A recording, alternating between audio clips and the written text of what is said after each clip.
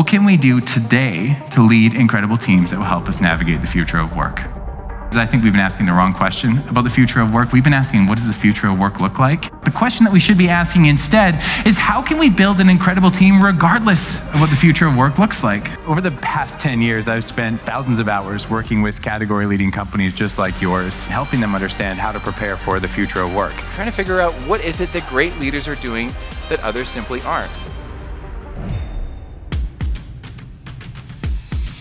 Eric Termuende is a globally recognized keynote speaker who has been on hundreds of stages. His best-selling book, Rethink Work, has been a go-to resource for companies. And as a co-founder of Now of Work, is here today to share what separates those that thrive in the future of work from those that simply don't make it. Eric is one of the busiest speakers in the world. Today, you're going to find out exactly why. We don't need to be able to predict the future to know that indeed we can thrive in it. That's what I've spent my time trying to figure out. Is there a plan? Is there a blueprint? And it turns out there is. We have to build a deeper sense of trust, and we have to isolate and remove friction. We'll be able to build a resilient, thriving team that doesn't run for the exits when uncertainty hits. They start to come together and support each other when the tough gets going. But if we want to start to motivate our team, we have to give them a voice that they might not have had before. When everyone has a voice, because the transformational leader has set the bar, influence will be increased and we'll be able to build the team that we're desiring to build. Met this CEO named Angel Sanchez. He's from Riverside, California, and he's the CEO of Phoenix Technology. He said, we actually took this same sort of 1 degree shift philosophy, we call it improvement time. He said, we fix what bugs us. But when we fix what bugs us, we get to the root of the problem really quickly, like you were talking about in the 1 degree shift stories. What we're really trying to do is we're trying to get 2 seconds back on our assembly line without compromising cost, without compromising quality, and without compromising safety.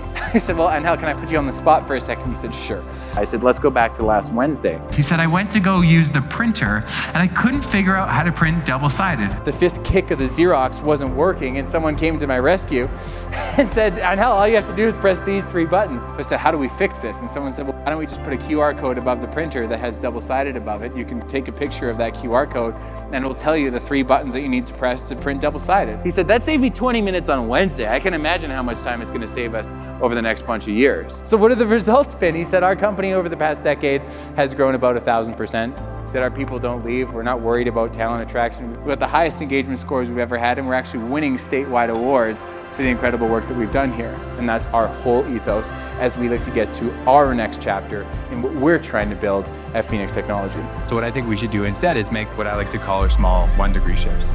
A series of these 1 degree shifts compounded over time can get us places that we never thought we could go.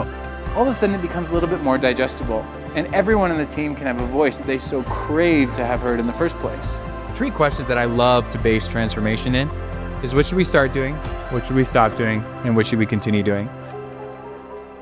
The fastest way to speed up human connection is to slow down. And what I mean by that is just asking one more question to the people that we really care about. It's shifting from checking on the people that we work with to checking in with them a little bit more. Instead of top down, we're now like eye to eye, heart to heart, asking the most simple, the most basic, the most human-centric questions. Like, how are you?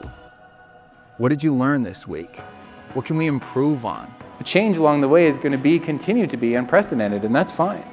But what I do know is that if we can actually embody transformational leadership, if we can navigate this future of work together by building incredible teams that trust each other, that are motivated, that are able to do the very best work that they can do, that we don't need to know what the future of work is going to bring to know that indeed the future of work is going to be incredibly bright.